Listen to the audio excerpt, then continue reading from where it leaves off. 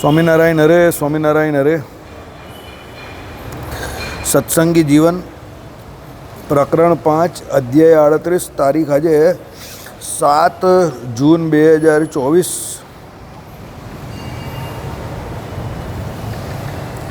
આ અધ્યાયને વિશે આપણે વાનપ્રસ્થના નિયમો જોઈ રહ્યા છે.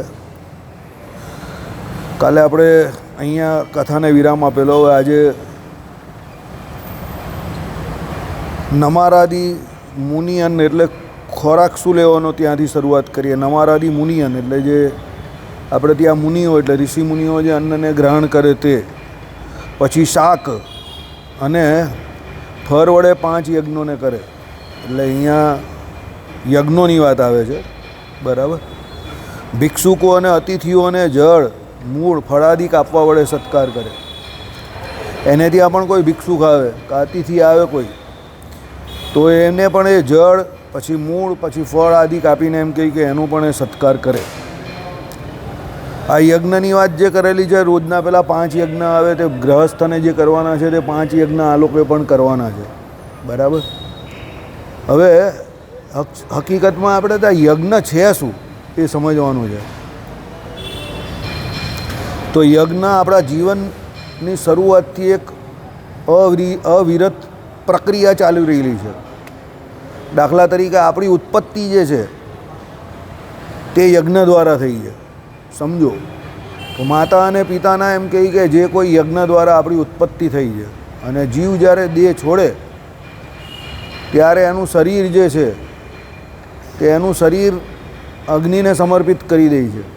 એટલે આખી જિંદગી જે કોઈ દ્વિજ હોય છે તે અગ્નિને વિશે હોમ હવન કરે એમ છેલ્લે પોતાનું શરીર જે છે એને સમર્પિત કરી દે છે. એટલે અગ્નિ સંસ્કાર પણ એક જાતનો યજ્ઞ જ છે. તમે આપણે જે ખોરાક લઈએ છીએ જે જઠરાગ્નિને વિશે આપણે જે અનાજ આપણા મોઢા દ્વારા ગ્રહણ કરીએ છીએ તો એ જઠરાગ્નિમાં પહોંચતી અનાજની આહુતિ છે. તો એ પણ એક પ્રકારનો શું છે? યજ્ઞ છે. એના દ્વારા આપણામાં લોહી બને અને લોહીની જે ધાતુ એમાં સપ્ત ધાતુમાં આવેલી એક ધાતુ જે પુરુષમાં જે તેજ કહેવાય તે તેજ દ્વારા પછી શું થાય તો સ્ત્રીની અંદર ગર્ભાધાન થાય. તો એ પણ યજ્ઞની અંદર આહુતિ છે. એમાં સ્ત્રી જે છે એને એમ કહે કે યજ્ઞના કુંડ તરીકે કહી છે. અને એમાં આહુતિ આપનાર કોણ છે તો પુરુષનું તેજ છે તે છે. અને એના દ્વારા પછી એમ કહે કે જે પ્રજા ઉત્પત્તિ થાય છે તે યજ્ઞનું ફળ છે. એ પ્રમાણે જીવનમાં તમે જે કંઈ કર્મ કરવા જાઓ છો એ કર્મ કરો છો ત્યારે એ કર્મમાં તમારો જે પરિશ્રમ જે છે તે તમારી આહુતિ છે. અને તમને જે મળનારું ફળ જે છે તે શું છે તો યજ્ઞ ફળ છે. એમ આખો મનુષ્ય જન્મ તમે જોવા જાઓ તો આપણો આખા મનુષ્ય જન્મ દરમિયાન આ યજ્ઞ નામની એક અવિરત ક્રિયા આમને આમ જ ચાલુ ને ચાલુ જ રહી છે. અને આપણા જન્મથી માંડીને આપણા મરણ સુધી આ યજ્ઞની ક્રિયા આમને આમ જ ચાલે છે. બરાબર. યજ્ઞના પત્ની કોણ છે તો દક્ષિણા છે. અને અગ્નિના પત્ની કોણ છે તો સ્વાહા છે. તો એ યજ્ઞ જે છે તે જ્યારે તમે પેલાને દક્ષિણા આપો ત્યારે પૂર્ણાહુતિ એની એટલે એ પૂર્ણ થયેલો કહેવાય બ્રાહ્મણને. એટલા માટે યજ્ઞ કરવા બહુ જરૂરી છે. કોઈને કોઈ યજ્ઞ જીવે કરવા બહુ જરૂરી છે. અને આમ તો એ યજ્ઞ થયા જ કરે છે. એટલે મહારાજે જ્ઞાન યજ્ઞ હંમેશા કરવાનું કહ્યું છે. વચનામૃતની અંદર ભગવાને કહ્યું કે ભાઈ ભગવાનના ભક્તે કાયમ એ જ્ઞાન યજ્ઞ કરવો. બરાબર. એ જ્ઞાન યજ્ઞ શું છે તો ભગવાને કહ્યું બહાર કા અંદર ભગવાનની મૂર્તિનું જે ધ્યાન કરવું કે સ્મરણ કરવું એ જ્ઞાન યજ્ઞ છે. જપ યજ્ઞ કરવો કે ભાઈ ભગવાનના નામનું સ્મરણ કરવું અને એની જોડે ભગવાનનું સ્મરણ કરવું. એટલે નામ સ્મરણ એટલે નામ જોડે ભગવાનની મૂર્તિનું કે ભગવાનનું કે ભગવાનના ચરિત્રનું જે કંઈ સ્મરણ કરો તે શું છે તો તમારો એ નામ યજ્ઞ છે, જપ યજ્ઞ છે. એટલે આ પ્રમાણે ભગવાનના ભક્તે કોઈને કોઈ પ્રકારે ભગવાન સંબંધી જે કોઈ કર્મ હોય એટલે યજ્ઞ હોય તે કર્યા કરવા. યજ્ઞ વગર કોઈ પણ જીવની કોઈ પણ પ્રકારે પ્રગતિ નથી થતી.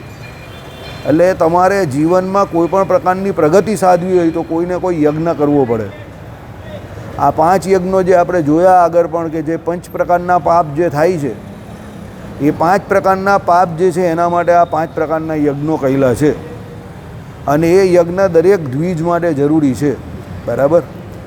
હવે એ 5 પ્રકારના જે યજ્ઞો આપણે જે ગ્રહસ્થના ધર્મમાં જોયા એનો ત્યાગ વાનપ્રસ્થે પણ નહીં કરવાનો કે ભાઈ અતિથિઓનો સત્કાર કરવાનો છે, ઋષિ મુનિઓનો સત્કાર કરવાનો છે, બીજા જે કોઈ યતિઓ આવે એનો પણ સત્કાર કરવાનો છે. પણ દરેક જગ્યા પર એનું જે એમ કહી કે સત્કારની સામગ્રી તે બદલાઈ જાય. વાનપ્રસ્થ પાસે હવે કંઈ એવું મોટું ગ્રહસ્થાશ્રમમાં જે સામર્થ્ય એવું સામર્થ્ય હવે રહ્યું નથી એનું, કારણ કે એણે વનમાં રહેવાનું છે. તો વનમાં મળે શું? તો જળ મળે, નમાર મળે, શાક મળે. તો એના દ્વારા એને આ બધા જે કોઈ યજ્ઞો કરવાના છે. વાનપ્રસ્થ વલ્કલ વસ્ત્રને કે તૃણમયને કે પાંદડામયને કે અજીનને પહેરે, કમંડળું અને દંડને ધારે, સદા નિયમિતેન્દ્રિય થાય. એટલે શું છે કે ભાઈ વાનપ્રસ્થે શું, એક તો કમંડળું એટલે પહેલાં તો વલ્કલ વસ્ત્ર, પહેલાં આટલા નાના વલ્કલ વસ્ત્ર આવતા હતા ને તે પહેરે, કે તૃણમય કે પાંદડામય કે અજીનને પહેરે. તૃણ એટલે શું છે, પેલા ઘાસના આવે તે, પછી પાંદડા એટલે પાંદડાનું આવે તે, પછી અજીનને પહેરે. અજીન એટલે શું ખબર તમને? અજીન કેવું આવે? કંતાન. હા, આપણા શણનો કોથરો કહીએ જ ને આપણે, આ કંતાન. બસ, એટલે મને એવું જ લાગતું હતું, એટલે એ પહેરે.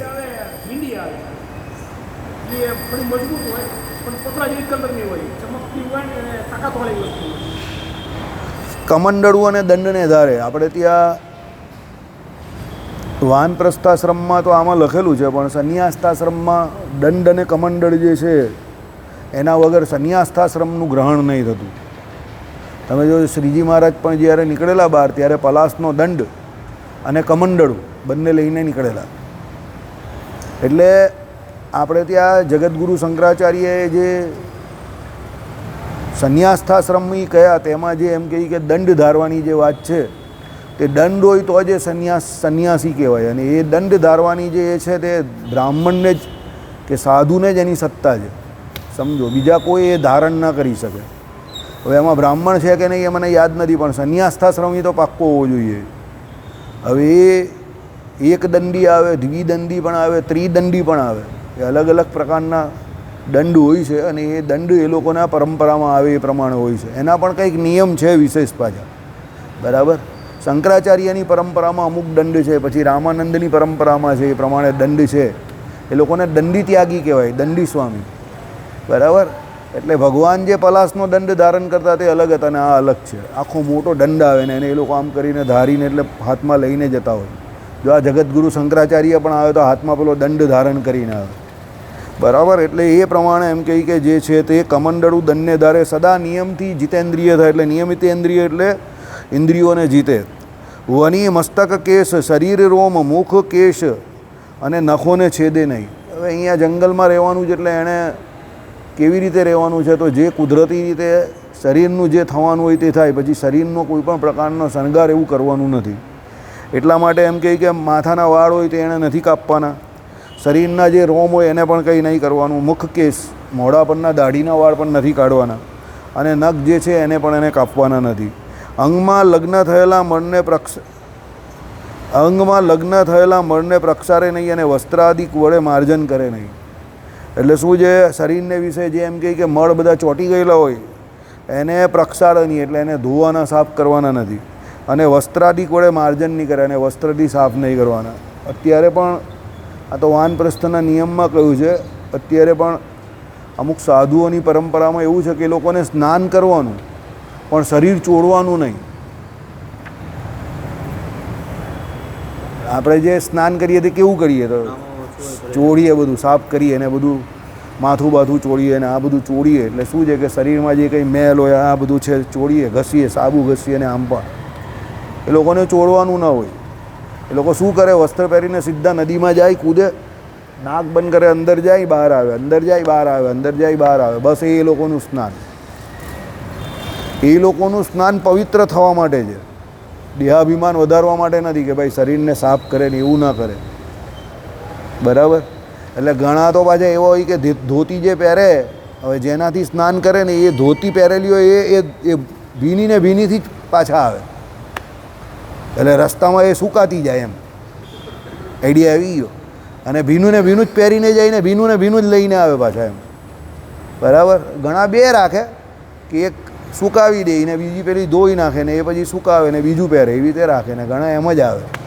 એટલે શરીરને કોઈ પણ પ્રકારનું શું માર્જન કે એવું નહીં, ઘસવાનું કે એવું નહીં, એમ તેલ વેલથી નહીં, આમ પણ નહીં, પાણીથી પણ આમ આપણે શરીરને લૂછીએ પેલા તુવાલથી કે એનાથી, એવું લૂછવા બૂછવાનું નહીં આવે લોકોમાં.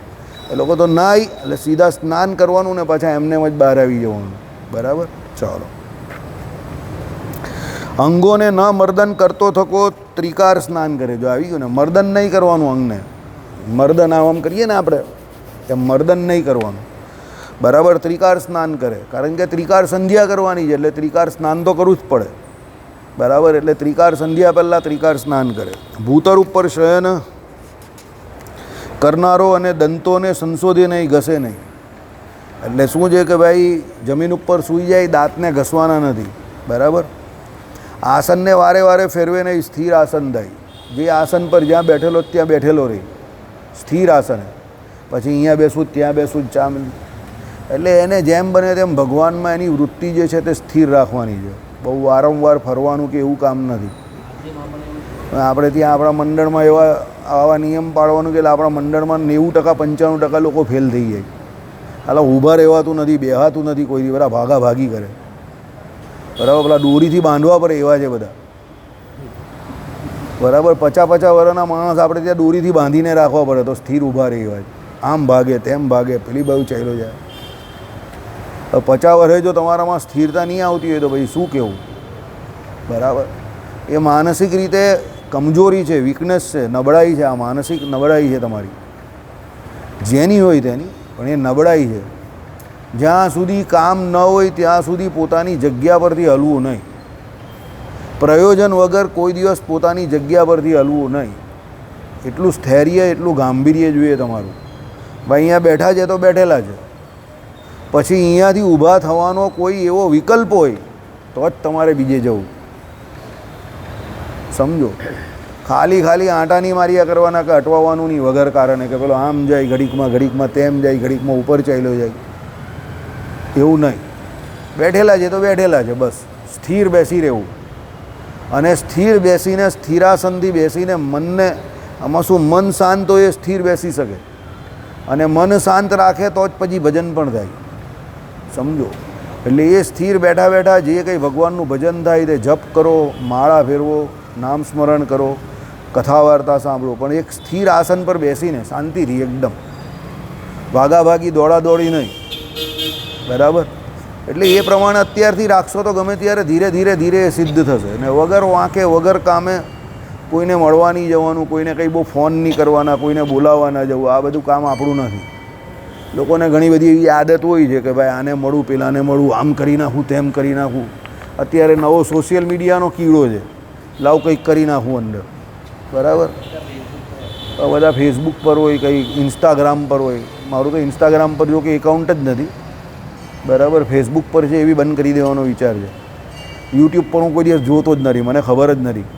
બરાબર. ભાગ્ય કદાચ એકાદ વર્ષમાં એકાદ વાર જોવાયું હોય તો એકાદ બે વાર. એટલે મને એમાં કંઈ ઇન્ટરેસ્ટ નથી ખાસ. ઘણાને એમાં બહુ રસ હોય, એને મસર કર્યા કરે ખાલી. બરાબર. હવે એ સ્થિર વ્યક્તિની નિશાની નથી. સમજો. શાંતિથી સ્થિર પડી રહેવું, ભગવાનનું ભજન જેમ થાય તેમ, ભગવાનનું જેમ બને તેમ વધારે ભજન કરવું. ક્રિયાત્મક રીતે પણ ભગવાનનું ભજન થાય અને સ્થિર રીતે પણ ભગવાનનું ભજન થાય. ક્રિયાત્મક રીતે કેવી રીતે થાય તો ભગવાને જે મંદિર આવવાનું કહ્યું, પ્રદક્ષિણા કરવાના કયા, દંડવત કરવાનું કહ્યું, આ બધા ક્રિયાત્મક ભજન છે. સમજો. પણ સ્થિર ભજન પણ બહુ જરૂરી છે એની જોડે, કે ભાઈ મંદિરે આવ્યા અને દર્શન કરવા ઊભા રહ્યા તો અડધો કલાક, પોણો કલાક તમારો દર્શન પાછળ જવો જોઈએ. ઘરે બેઠા તો પૂજા કરો તો કલાક, સવા કલાક પૂજા થવી જોઈએ. બરાબર. પણ પછી તમે આમ બાજુને ઉપરને નીચેને, જેના જેટલા સંબંધ વધારે, જેના જેટલા ફોન વધારે આવે, જેના જેટલા મિત્રો વધારે, એનાથી એકાકી એટલું ઓછું રહેવાય. એકાંતમાં એને જીવવું અઘરું પડે, કઠણ પડે. બરાબર. સંબંધીઓ જેના ઓછા એનાથી ભજન સારું થાય. એટલે જેને કોઈ ન ઓળખતું હોય એને તો બહુ સારું છે. સમજો. લોકોને એવું હોય કે ભાઈ એના ફેસબુક ફ્રેન્ડ આટલા છે, કે પેલા શું કહેવાય ઇન્સ્ટાગ્રામ પર આટલા ફોલોઅર્સ છે. અરે એક પણ કોઈ કામનો નથી એમાંથી. ઉલટી ન હોય તે સારા. એકલો બેઠો શાંતિથી ભજન કર્યા કરે. આ તો એને જવાબ આપવામાંથી ઊંચો નહીં આવે ને એને સવાલ થઈને જવાબ આપે, સવાલ થઈને જવાબ આપે. એ બધી મફતની મજૂરી શું કામ કરવાની કોઈની. આઈડિયા આવી ગઈ? એ માથાકૂટમાં પડવું જ નહીં, સમજો. શાંતિથી બેઠા બેઠા ભગવાનનું ભજન કરવાનું, બરાબર? ચાલો, આ વનાશ્રમી અહીંયા કયો? વનાશ્રમી એટલે વાનપ્રસ્થાશ્રમી. શ્રવણાદિ હસ્ત પ્રકારે પરસ્ત્રી પ્રસંગને સર્વથ્યા ત્યાગ કરે. એ બધા માટે આ નિયમ એક સરખો જ આવશે. જે સ્ત્રી હશે સંન્યાસીની, કે જેને સંસારનો ત્યાગ કરેલો છે, કે વિધવા છે, એના માટે હસ્ત પ્રકારે પુરુષનો ત્યાગ. જે પુરુષ હશે, જે સંન્યાસ્તાશ્રમી હશે, કે પછી બ્રહ્મચર્યાશ્રમી એટલે નૈષ્ટિક બ્રહ્મચારી હશે, કે પછી આમાં કહ્યું એ પ્રમાણે કોઈ વિધુર હશે, અનાશ્રમી હશે, કે પછી વાનપ્રસ્થાશ્રમી હશે, એ બધાને સ્ત્રીનો ત્યાગ રાખવાનો છે. એટલે આ એક કોમન ગાઈડલાઇન છે, કે કોમન નિયમ છે. પોતાની પત્ની સાથે પણ યજ્ઞાદિ આશ્રમ કર્મમાં યથા ઉપયોગ જ બોલે, પણ અધિક નહીં. જો આવી ગયું ને ભાઈ, યજ્ઞ યાગાદિક જે કંઈ કરવાના છે, એને જે અગ્નિહોત્ર કરવાનું કહ્યું છે તે, વૈશ્વદેવ કરવાનું હોય તે, તો એમાં બધી જે કંઈ સામગ્રી લાવવાની હોય આ તે, બરાબર? એટલે 5 જે યજ્ઞ કરવાના કયા, એમાં સામગ્રીઓની એની જરૂર પડે. ઘણી વખત ઘણા યજ્ઞ એવા હોય કે જેમાં પત્ની સહપત્નીક થતા હોય, તો ત્યારે જેની જેટલી જરૂર હોય એટલું જ પત્ની જોડે પણ બોલે, વધારે કંઈ બોલવાનું નહીં. બોલવાનું એટલા માટે પત્ની જોડે કહ્યું છે કે એનું જે કર્મ જે છે તે કરવા માટે એની જોડે બોલવું જરૂરી છે, એટલે બાકી બીજી કોઈ વાત નહીં. કારણ કે હવે વાનપ્રસ્થાશ્રમમાં આવ્યા, એટલે હવે કોઈ સમાજની વાત કે બીજી કોઈ વાત નહીં, બરાબર? સમાજનો અતિશય ત્યાગ, ગૃહનો અતિશય ત્યાગ થયો એટલે સમાજનો પણ અતિશય ત્યાગ, વ્યવહારનો અતિશય ત્યાગ, વેપારનો અતિશય ત્યાગ, બધી વાતનો અતિશય ત્યાગ. કોઈ માથાકૂટ જ નહીં કરવી. અને જે છોકરાઓ અહીંયા કુંવારા છે તમારા જેવા, સમજો કે જે પછી હવે 3જા નંબર પર પહોંચી ગયા છે, કે જેના છોકરા હવે મોટા થઈ ગયા છે, હવે એ પોતે હૂતો ને હૂતી 2 જણા છે, ને છોકરાઓ એના ઘર સંસારમાં છે, અને એના દ્વારા જ તમારો વ્યવહાર ચાલે છે, તો પછી હૂતા ને હૂતીએ બહુ વધારે માથાકૂટ કરવાની જરૂર નથી, અને શાંતિથી ભજન કરવાની જરૂર છે. હવે એને પેલાની જીવનમાં છોકરાઓના કે વહુઓના કે પછી છોકરીઓના કે એના બધા જીવનમાં બહુ દખલ દેવાની કંઈ જરૂર નહીં. ઉલટાનું તમારું માનભંગ થશે, તમને દુઃખ થશે. પેલા લોકો તમારું કયું માનશે ન માનશે. શાંતિથી ભગવાનનું ભજન કરવાનું. તમને એવું બહુ હોય કે મારા અનુભવને કશે આપવાની જરૂર છે, તો કોઈ પૂછે તો સદૈવની જેમ આપવાનું, પણ કોઈ ન પૂછે તો દોડદાયા થવું નહીં. શાંતિથી ભજન કરવું. જો આ કામ બહુ અઘરું છે, બરાબર, પણ કોના માટે અઘરું છે? કે જેને એવો ઢાળો નહીં પાડ્યો. અમારા માટે અઘરું નથી, આ તમને કહી દઉં. અમને બીજાની જિંદગીમાં શું થાય એ શું કરે એમાં કંઈ ઇન્ટરેસ્ટ જ નથી, પહેલેથી કોઈ દિલચસ્પી જ નથી. ઉલટી અમે એવું વિચારતા હોય કે અમારું કામ કોઈ બીજો કરી જાય, બરાબર, પણ હવે એ પાછી શક્ય નથી, બરાબર. બાકી બીજાના કામમાં કે બીજો શું કરે છે એમાં મને એક રતિભર બી ઇન્ટરેસ્ટ નહીં મળે, પૂછવાની બી ઈચ્છા નહીં થાય. અને અમુક વખતે તો અમુક માણસને તો મને બોલાવવાનો પણ ત્રાસ લાગે, ટાંકા આવ્યા એમ થઈ જાય, કારણ કે એના બધા સવાલ કંટાળાજનક હોય. સમજો શું થયું, બાપા શું કરે, બા શું કરે, આ શું કરે, પેલો, એટલે મને એમાં કંઈ એના જવાબ આપતા મને પેલું બહુ વજન પડતું હોય ને એવું લાગે. હકીકતમાં બહુ એવું લાગે. કામ ધંધામાં શું ચાલે એટલે મને બહુ વજન પડે, કારણ કે મને એમાં કંઈ બહુ દિલચસ્પી હોય નહીં ને પેલો પૂછ્યા કરે શું કામ ધંધો કરો, આમ તેમ.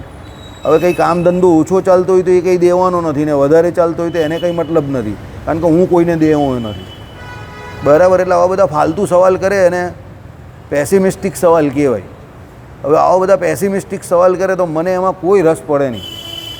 આ કોઈ એમ પૂછતો હોય કે ભાઈ આ સવાલ વચનામૃતમાં અહીંયા કેમ કહ્યો છે, કે સત્સંગી જીવનમાં અહીંયા આવું કેમ કહ્યું છે, કે ગીતાજીના આ અધ્યાયમાં આવું કેમ કહ્યું છે, કે ભાઈ આ પ્રશ્ન અહીંયા આમ કેમ હોય, એવું કંઈક પૂછે કોઈ, અને એમાં કંઈક ટેકનિકલ લાગે તો કંઈક એમાં રસ પડે.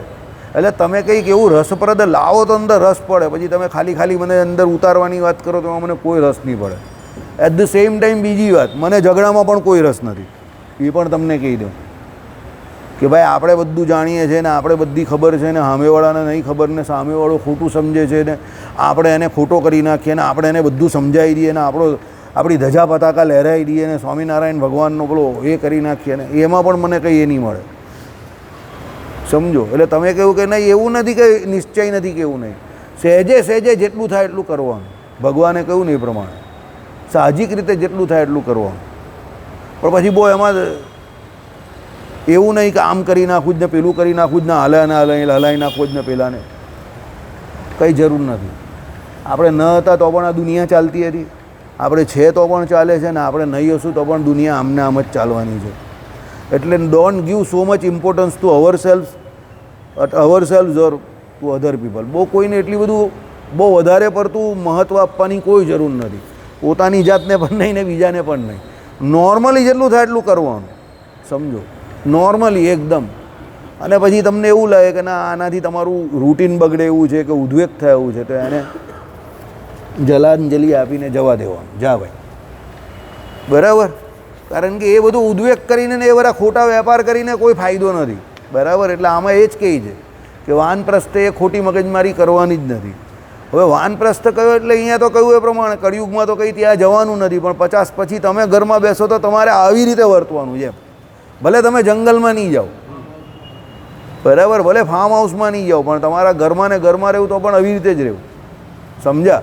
કારણ કે હવે કંઈ જંગલમાં જઈને વાનપ્રસ્થાશ્રમમાં જવાનો નથી કોઈ, પણ તમારી ઉપાધિઓ જે કંઈ છે તે દિવસે દિવસે cuts of the things, cuts of the things, cuts of the things. મને કોઈ કટશોટ કરીને કંઈ આપે ને કે આટલું મને બહુ ગમે એ માણસ, બરાબર. એટલે કટશોટ કરી દેવાનું એને, ભાઈ આનું આટલું છે બસ પૂરું થઈ ગયું. ભાઈ બહુ લાંબી લાંબી સ્ટોરી નહીં કરવાની એની, તો મજા નહીં આવે, કંટાળો આવે, બરાબર. ચાલો, એટલે આમાં એવું જ છે. વાનપ્રસ્થ વનમાં નિપજેલા નમારાદી અન્નને, જે નમારાદી અન્ન જે કહ્યું કે જે જાતે જ ઓટોમેટિકલી થાય છે જમીનમાં તે જ, અથવા કોઠા, બોરા, પીપરટેટી આદિ ફળોને એક જ વાર જમે, બીજી વાર નહીં. આ કોઠા, બોરા, પીપરટેટી આ બધા એકદમ પેલા કોઈ ઉગાવે નહીં, એને ઓટોમેટિક જ પેલા જમીનને વિશે થતા હોય, ઝાડની નીચે ને એના નીચે આ બધા થતા હોય છે. આ લોકોને વધારે ખબર હોય. પીપરટેટીને આ બધું કોઠા, બોરા ને આ બધું જે થતું હોય, એટલે આમ જોવા જઈએ તો આપણી દ્રષ્ટિએ જોવા જઈએ તો એકદમ પેલું છેલ્લી કેટેગરીનું જે કંઈ હોય એવું એમ. એને કંઈ ઉગાડવાની મહેનત કોઈ, કે એના કોઈ બીજ વાવવાની મહેનત કોઈ, કંઈ આ કંઈ બહુ સારા ઉત્તમ ફળ નહીં કહેવાય એમ. હા, એટલે પેલો કહીને શું તો કોઠા બોરા છે પેલો એમ કહીને, એટલે કોઠા બોરા છે એટલે એનો મતલબ કંઈ નથી એમ. આઈડિયા આવી ગયો એકદમ. પેલી નજીવી બાબત કે નજીવી વસ્તુ એમ આપણે કહીએ કે શું કહેવાય કે જેની કંઈ કિંમત નહીં હોય એવી વસ્તુ એમ. એટલે એવું જે હોય તો એને ગ્રહણ કરવાનું છે. હા, ચાલો. વાનપ્રસ્થ બાહ્ય અભ્યંતર ઇન્દ્રિયોને વિજીતીને વર્તે, બધી બહારની અને અંદરની ઇન્દ્રિયોને જીતીને વર્તવાનું છે. બસ ટૂંકમાં એને શાંત થઈ જવાનું છે, સમજો, એકદમ શાંત થઈ જવાનું છે. વિજીતેન્દ્રિય, બહુ માથાકૂટ કરવાની નથી, એકદમ શાંત થઈ જવાનું, બહુ શાંત થઈ જવાનું, એકદમ શાંત, બરાબર. એટલે પરિસ્થિતિ તો આવવાની ને જવાની, પણ એકદમ તમારે શાંત થઈ જવાનું કે ભાઈ મારે ભજન કરવાનું છે, ભગવાનમાં વૃત્તિ રાખવાની છે, તો આપણે શાંત થઈ જવાનું. દુનિયા ગઈ તેલ પીવા. જો એક વસ્તુ યાદ રાખવાનું, આપણે શાંત હોઈશું ને તો દુનિયામાં ગમે એટલો ઉકળાટ હશે, આપણે શાંતિ થઈ જશે. હા, કામ શરૂ કરી દે, શાંત થઈ જવાનું આપણે. પણ જો આપણે શાંત નહીં હોઈશું તો દુનિયામાં ગમે એટલી શાંતિ હશે પણ આપણે સારું ન હશે. આપણે શાંતિ છે. એટલે એક અમારા મિત્ર હતા, અત્યારે તો ગયા, ગામમાં ગયા. અહીંયા પેલા બેસતા હતા ને હરિભાઈ, તે હવે એમને કિડનીનો પ્રોબ્લેમ હતો, બહુ નાની ઉંમરથી પ્રોબ્લેમ હતો. 2 કિડની એની ફેલ થઈ ગયેલી. પછી એમના માતૃશ્રીએ આપેલી. ભાઈ 21, 22, 25 વર્ષે એમની માતૃશ્રીની એક કિડની પર જીવ્યા. એ શું કહે, મારા શરીરને સારું તો દુનિયામાં મને બધું સારું લાગે, બાકી દુનિયામાં સારું હોય ગમે એટલું તો મને કંઈ કામનું જ નથી. તો છેલ્લે એ હોસ્પિટલ ગયેલા ને તો ભગવાનને પ્રાર્થના કરીને ગયેલા કે હવે ઘરે નથી આવવું. બોલો, ખાલી 49 વર્ષની ઉંમર હતી એ ભાઈની, પણ એટલા બધા કંટાળી ગયેલા કે છેલ્લી વખત એમને જ્યારે નડિયાદમાં પેલી કિડની હોસ્પિટલ છે ત્યાં લઈ ગયા તો કહીને ગયા, અહીંયાથી ઘરમાં કહીને, ઘરને કહીને ગયા કે હવે અહીંયા નથી આવવું એમ. હકીકતમાં નહીં આવ્યા એ ભાઈ, બોલો. બેસતા વર્ષને દિવસે જ દેહ છોડ્યો, 2015 આપણા કારતક મહિનાનો પહેલો જ દિવસ, નવા વર્ષને દિવસે જ દેહ છોડ્યો એમ. વિચાર કરો, કેમ જીવવાથી કંટાળી ગયો માણસ છેલ્લે એમ, સમજો. બોલો, એમનો પગ જે હતો તે આમ થઈ જતો આખો, અને એને કારણે એના ઘરવાળા બહુ હેરાન થતા હતા. ઓચિંતા એને લઈને જવાનું, દોડવાનું, પછી પાછા નડિયાદ લઈ જવાના. એટલે છેલ્લે એ ભાઈને એવું થઈ ગયેલું કે હવે નથી આવવું બસ. અને હકીકતમાં નહીં આવ્યો એ ભાઈ, બરાબર. કેમ એને એવું થઈ ગયું કે ભાઈ શરીરમાં એને સુખ નહીં હતું, એટલે એને એવું થઈ ગયું કે આ શરીર કાયમ માટે હેરાન કરે છે, એના કરતાં હવે આ પિંડ પીછો છોડે તો સારું, પિંડ છૂટે તો સારું. એમ પિંડ છૂટી ગયું. બરાબર. એટલે અહીંયા શું કહ્યું કે ભાઈ જે કોઈ વાનપ્રસ્થ છે તેણે શું કરવાનું છે? બાહ્ય અભ્યંતર ઇન્દ્રિયોને વિજીતીને વર્તે, શાંતિથી વર્તવાનું છે. અંદરના અંતઃકરણ જે છે તે અને બહારની જે 10 ઇન્દ્રિયો કહી તે બધાને નિયમમાં. ભૂત માત્રમાં મૃદુ પ્રકૃતિવાળો થાય પણ તીક્ષ્ણ વૃત્તિવાળો ન થાય. જે કોઈ જીવ પ્રાણી માત્ર હોય બધા જોડે સંભવ અને મૃદુતા, કોમળતાથી જવાબ આપવાના, સવાલના જવાબ એકદમ કોમળતાથી, કોઈ માથાકૂટ નહીં. તીક્ષ્ણ બુદ્ધિવાળો નહીં, કોઈની જોડે કોઈ એવું નહીં કે ભાઈ આને હરાવી દેવો જ ના, આને આમ કરી નાખું જ ના, આ બોલ્યો મને ને કાંઈ આમ થઈ ગયું ને તેમ, એવું નહીં. તું જા ભાઈ, તું તારું કામ કર, હું મારું કામ કરું છું. મૃદુ સ્વભાવ. બરાબર. ધીર એટલે આશ્રમ ધર્મોમાં અચર સ્વભાવવાળો થાય. ધૈર્ય ધીર જે કહેવાય તે કેમ છે કે ભાઈ એના વાનપ્રસ્થાશ્રમનો જે ધર્મ છે એ ધર્મનું એ પૂરેપૂરું પાલન કરે, એમાં એનો સ્વભાવ જે છે તેને અચળ રાખે. એટલે કેવું છે કે ભાઈ મારે એ ધર્મનું પાલન કરવું છે અને એમાં ચલાયમાન નહીં થવું, એમ અચળ ધર્મોમાં વર્તે એ ધીર કહેવાય. પછી શું કહ્યું? કંડ મૂળ ફળાદિકને ફળાદિક વડે કે મુનિયન નમારાદિક વડે દેહ યાત્રાને કરે. એટલે શરીરને જે ચલાવવાનું છે એ પ્રમાણે ચલવે, એમાં કંઈ બહુ વિશેષ પ્રયોજનથી શરીરને ચલવે નહીં. ફળમાંથી નીકળતા એટલે દોર્યું વગેરે તેલને જ ખાય પણ ધ્રુતાદિકને નહીં. એટલે જે ફળમાંથી પેલા તેલ નીકળે તે જ ખાય. અમુક તેલ નીકળતા હોય એવા ફળ હોય, એમાંથી એ લોકોને ખબર હોય, જંગલમાં જે રહેતા હોય એ તેલ ડાયરેક્ટ લે, પણ ધ્રુતાદિક એટલે ઘી જે ડાયરેક્ટ મળતું હોય તે ઘીને ગ્રહણ કરે નહીં. કારણ કે ઘી શું છે? શરીરનું પોષણ કરનારું થાય, શરીરમાં ઉર્જાનો વધારો કરનારું થાય. એટલે એમાંથી દેહાભિમાન વધે. બરાબર. પ્રતિદિન પોતાની વૃત્તિ માટે જે નમારાદી અન્નને લાવે તે અન્નને દાંત વડે જ ખાંડીને ચાવે ખાય, પણ ખાંડવું વગેરે ક્રિયાંતનને કરે નહીં. જે કંઈ લાવે એને દાંતથી જ ખાંડીને એ પ્રમાણે ખાય, બહાર ખાંડીને કે એવું નહીં કરે. બરાબર. દાંતની દ્રઢતા ન હોય તો પાષાણ ખાંડથી ખૂટીને ખાય. એટલે પાષાણનો પેલો ખાંડ પહેલાં જે આવતો હતો ને, આપણે ખાંડણી દસ્તો જે કહીએ ને લોખંડનો, એનાથી ખૂંડીને ખાય. દાંત નહીં હોય તો. હા, નહીં તો પછી બાજુ ગોપાલભાઈ કે એ પ્રમાણે કાજુ બાજુવાલાને ચાવું આપી દેવાના. બરાબર. ને પછી ચવાઈ જાય પછી એને કહો લો ભૂકો મને આપી દે. બરાબર. એવી રીતે થાય ખરું? નહીં થાય. થાય એવી રીતે ભાઈ? નહીં થાય. તો પછી ચાલો, તો એવું ના થાય. આવા અભિપ્રાયથી જ એટલે અમે લોકો કાયમ દાંત વગરના કાકા હોય ને એને જ કાજુ બદામ આપીએ ને એની બાજુમાં જઈને બેસી જાય. એટલે પેલો કાકો આમ જોયા જ કરે. એટલે આપણે ખબર આપણી પાસે જ પાછા હોવાના. કાકા ખાઓ નહીં, કાકા ખાઓ નહીં, લેવ ખાઓ જાય. બદામ આપવાની મોટી મોટી અને કાજુ આપવાના, દ્રાક્ષ નહીં આપવાની. એ કાકો અંદર દ્રાક્ષ સોઈદા જ કરે બેઠો બેઠો. બરાબર. પણ અંદર એકલી બદામને દ્રાક્ષ નથી. આપણે એની સામે જ દ્રાક્ષ ખાવાની. એટલે કાકો કહે સાલો આ દ્રાક્ષ ખાઈ દે, મને કાજુ. પછી 5-10 મિનિટ કરીને પોપલે દાદા આપણે શું કહે ખબર? લે આ કાજુ બદામ પર ખાઈ જા. બરાબર. કારણ કે એ પોપલે દાદા હોય, બધું ફર્નિચર હાથમાં જ હોય. બરાબર. એટલે એ કરે શું બિચારો? પછી એને દ્રાક્ષ આપવાની શાંતિ. લેવું કાકા દ્રાક્ષ તમારી તો પહેલેથી આપી દેતો હોય તો મેં તમને કાજુ બદામ તો આપેલા, એ મને શું કામમાં આવે? કંઈ ખબર પડે કંઈ તને? હું કાકા એટલે જ આપેલા તમને કામના નહીં હતા એટલે તો આપેલા, અમને તો કામના છે ને. બરાબર. એટલે આવું ગ્રહસ્થ એટલે ઉંમર થાય ને ત્યારે શું છે કે શરીરની જે શક્તિ જે છે તે ઘટી જાય, ઇન્દ્રિયો અંતઃકરણ ઇન્દ્રિયો બુઠ્ઠા થઈ જાય, પણ વિષય ભોગવાની વૃત્તિ જે છે એ ઘટતી નથી. બરાબર. પાછા અમુક હોશિયાર હોય તો પાછા કાળે અંદરથી એનું ફર્નિચર ઊભો રહે છે. તું મને કાજુ બદામ આપે જ ને, તું ઊભો રહે એમ કરીને ફર્નિચર નાખશે અંદર બરાબર પોપલે દાદા, અને પછી બધા કાજુ બદામ ચાવી જશે ને પછી તમને પેલું ધોવા આપી દેશે. એટલે આને ધોઈ નાખ ચાલા. એટલે આપણે એને કહેવું પડે સ્માર્ટ બોય. બરાબર. હા. એટલે અમુક હોશિયાર હોય પાછા એવા. બરાબર. એટલે એ શું છે કે ભાઈ હવે કાજુ બદામને દાણા ખાવાની ઉંમર ચાલી ગઈ ભાઈ, તો હવે એની વાસના છોડી દેવાની, જવા દેવાનું. સમજો ભગવાન શું કરે છે? શરીરને ઢીલું કેમ પાડે છે? કે ભાઈ શરીર ઢીલું પડે એટલે તમારે એ પ્રમાણે જે વસ્તુ હવે ગ્રહણ નહીં થતી એની ઈચ્છા છોડવાની છે, એની વાસના છોડવાની છે. હાલે ચાલે ફાવે ભાવે એવું. બરાબર. ભાઈ કેરીનો ભાવ વધી ગયો છે તો પછી એ પ્રમાણે ખાવાની કેરી. સમજો.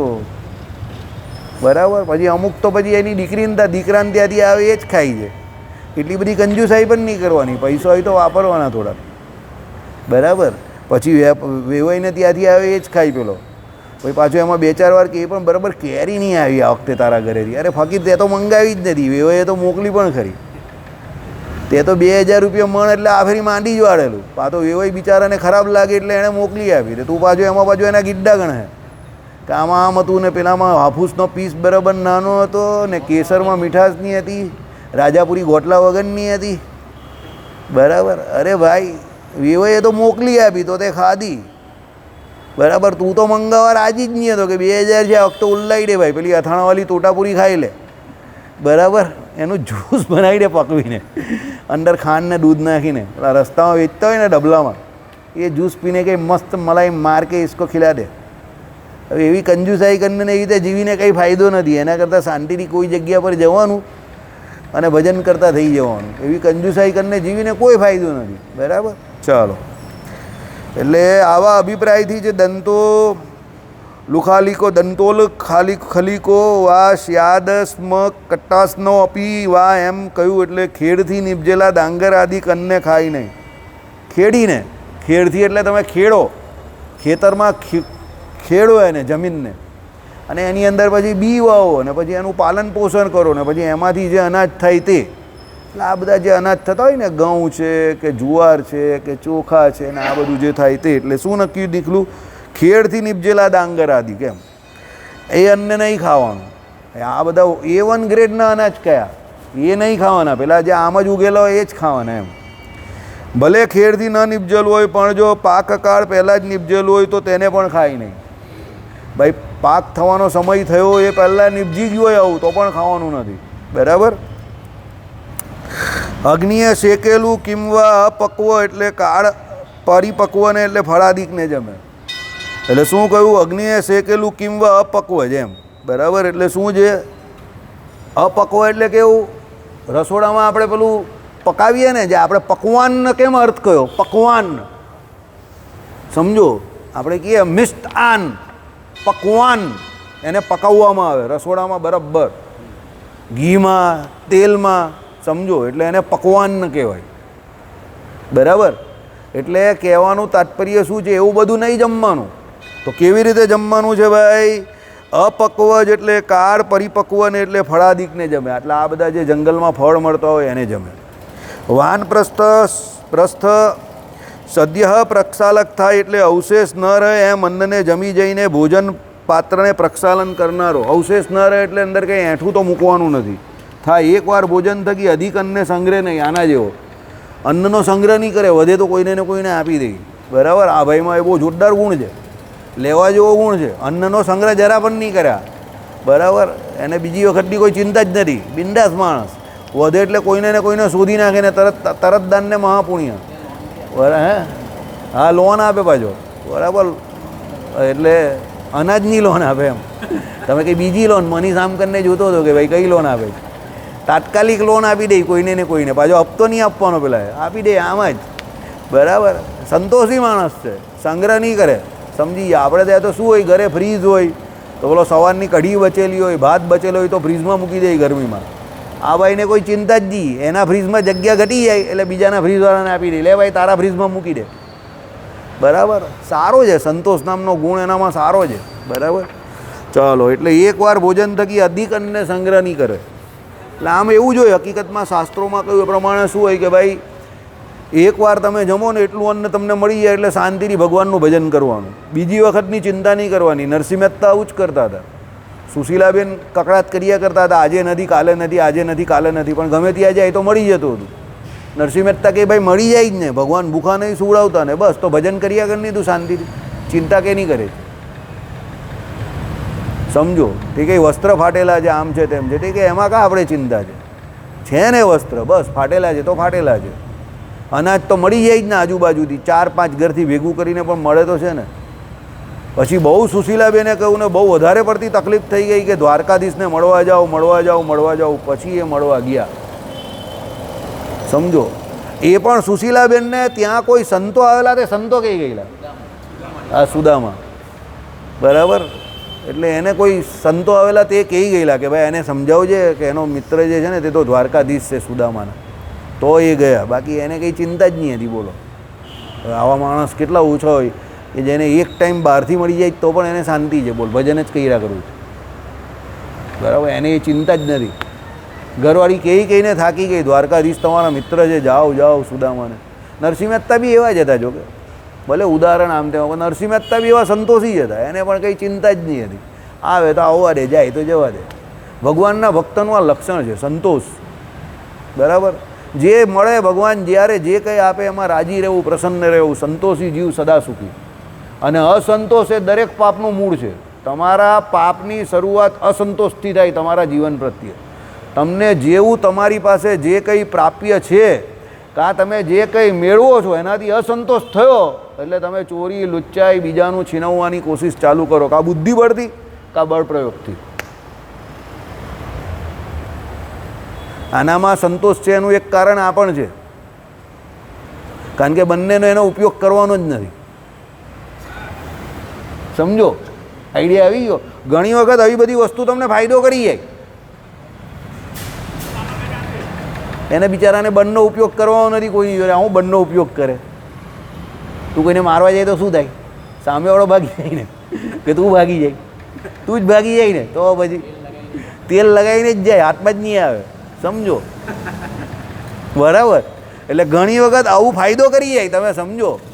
ને ઘણી વખત આપણી બુદ્ધિ જે છે ને તે આપણે નુકસાન કરી જાય. આઈડિયા આવી ગયો? એટલે આવું છે, આપણે સમજીએ એવું નથી હોતું. દુનિયામાં ઘણી બધી જગ્યા પર આપણે જેવું સમજીએ એવું નથી હોતું, સમજો, બરાબર. એટલે ચાલો. અથવા માસ પર્યાપ્ત અન્ન સંચયને કરે. ભાઈ માસ પર્યાપ્ત એટલે કેટલું? 1 મહિના પૂરતું. અથવા 6 માસ પહોંચે એટલા અન્નનો સંગ્રહ કરે, અથવા વર્ષ પહોંચે એટલા અન્નને સંગ્રહ. એમાં પૂર્વે શ્રેષ્ઠ છે.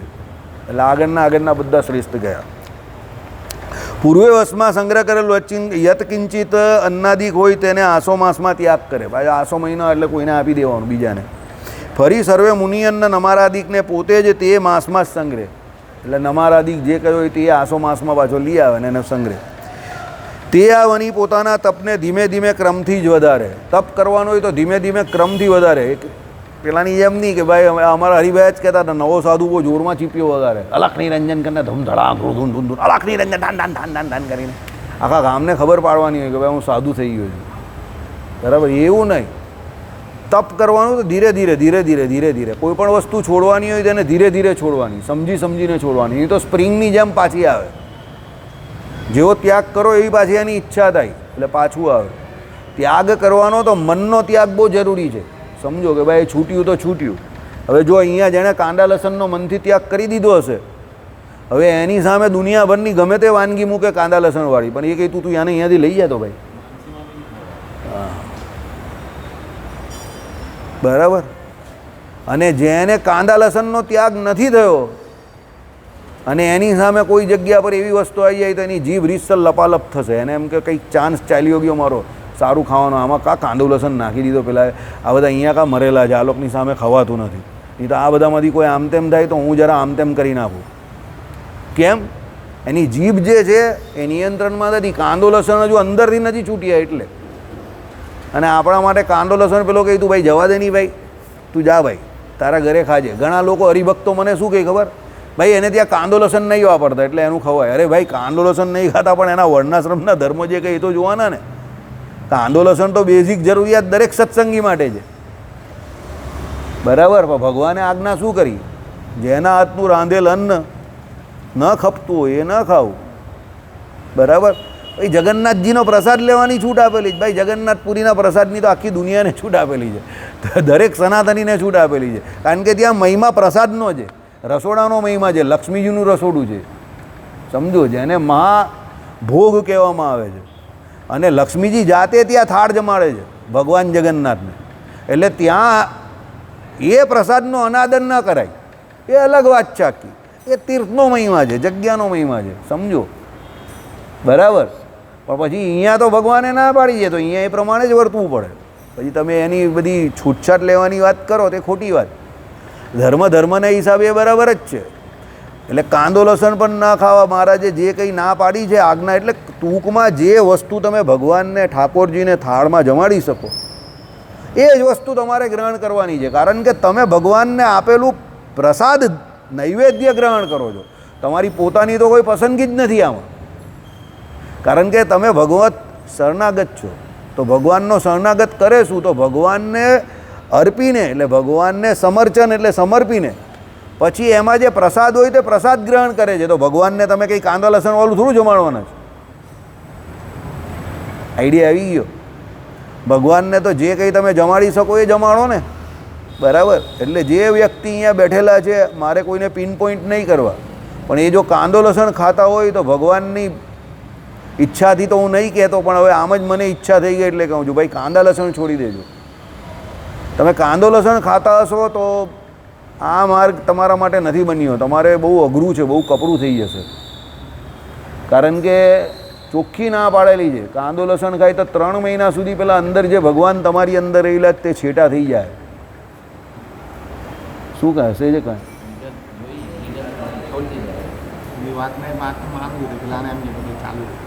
આઈડિયા આવી ગયો? એટલે કાંદો લસણ કોઈ પણ ખાતા હોય, એ અહીંયા કોઈ એવું નહીં કહેતો કે ભાઈ કોઈ સુરતી ખાય કે કાઠિયાવાડી ખાય કે ભાઈ મરાઠી ખાય કે જે ખાતું હોય છે એની જોડે મને કોઈ નિસ્બત નથી, પણ મને એટલી ખબર છે કે સુરતીઓથી કાંદો લસણ નથી છૂટતો. હું તો જે હોય તો ભાઈ બેબાકીથી બોલવું એ તો આપણું આ જન્મજાત લક્ષણ છે. પછી સામેવાળાએ જે માનવું હોય તે માનીએ. ભાઈ ભલે ઇલેક્શન હારી જઈએ તો હારી જઈએ, એની ચિંતા નથી, પણ બેબાકીથી બોલવાનું છે તો બોલવાનું જ. આમાં સુરતીઓને જરા જીભનો ચટાકો વધારે હોય અને કાંદો લસણ નહીં ખાતા. અને સમાજોમાં એવું છે કે ભાઈ જેના ઘરે કાંદો લસણ ન ખાતા હોય ત્યાં છોકરી દઈ તો બહુ દુઃખી થાય ને, આવી બધી બહુ મોટી મોટી ખોટી ખોટી ભ્રમણાઓ છે. પણ હવે જેનું થવાનું હશે તે થવાનું જ છે, સમજજો. અને જેનું નહીં થવાનું એનું તમે ગમે એટલી ધમાચકડી કરી નાખો, ઊંચા નીચા થઈ જાઓ, બરાબર? ભાગ્યમાં હશે તો કોઈ જગ્યા પર ભાગવાનું નથી, અને ભાગ્યમાં ન હશે તો આવેલું હશે તો પણ ચાલ્યું જશે, બરાબર? તુમ્હારે ઓર હમારે મુકાબલે મેં ઇસકા નહીં, ઇસકા ફેસલા હોગા. સમજી ગયા? એટલે એવો ખોટો હઠાગ્રહ ન રાખતા કે ભાઈ કાંદો લસણ ખાવાનું ઘરમાં ચાલુ કરી દઈશું તો દીકરા દીકરી વર્તી જશે. ભગવાનની આજ્ઞા ન લોપતા. ઘણા લોકો એવી રીતે સમાધાન કરતા થઈ ગયા છે સત્સંગી હોવા છતાં પણ. એવું ન કરતા. આ લોક બગડશે, પરલોક પણ બગડશે. એના કરતાં આ લોકમાં જે કંઈ થાય તે જોયા કરો શાંતિથી, ભગવદ ઈચ્છાથી, અને પરલોક તો સુધારો મારા ભાઈ. શું કામ પરલોક બગાડો છો? એટલે ઘરમાં જો કોઈ કાંદો લસણ ખાતા હોય તો બંધ કરી દેજો. તમારા ઘરમાં કાંદો લસણ આવે એટલે ઠાકોરજીનો થાળ જ તમારે ત્યાં કંઈ, મારે કંઈ વધારે બોલવું નહીં, ભગવાન ગ્રહણ જ નહીં કરે. એ ઘરનું પાણી જ નહીં પીવાય પહેલાં, તો બીજી તો કંઈ વાત કરવી. ભાઈ તમે લોકો કેવું ભાઈ આ ભાઈ આવે છે ને મારે ત્યાં કંઈ ખાતા નથી ને પીતા નહીં, ભાઈ શું ખાઈ પીએ બોલો? તમને લોકોને ખોટું લાગે કે અમારા ઘરનું અમે પછાત છીએ એટલે નહીં ખાતા કે અમે આગળ પાછળનો સવાલ નથી, પણ પહેલાં કાંદો લસણ તો છોડો, બેઝિક વસ્તુ. તું આગળ છે કે પાછળ છે પછી નક્કી થશે. વર્ણાશ્રમનો ધર્મ પછી નક્કી કરશું, ચાલો, પહેલાં કાંદો લસણ તો છોડો. પણ બહુ દુઃખથી આ કહેવું પડે છે કે 50 વર્ષથી મંદિરમાં આવનારા લોકો પણ ઘરમાં કાંદો લસણ ખાતા હોય છે. આખા ફેમિલી હોય મંદિરે આવતા હોય, એમાંથી 2-5% લોકો એવા હોય કે જે કાંદો લસણ ન ખાતા હોય, બરાબર? એટલે જો કોઈ ખાતું હોય તો છોડી દેજો, બરાબર? આ મારી તમને નમ્ર અરજ છે, સમજો. શ્રીપતિમ શ્રીધરમ સર્વદેવી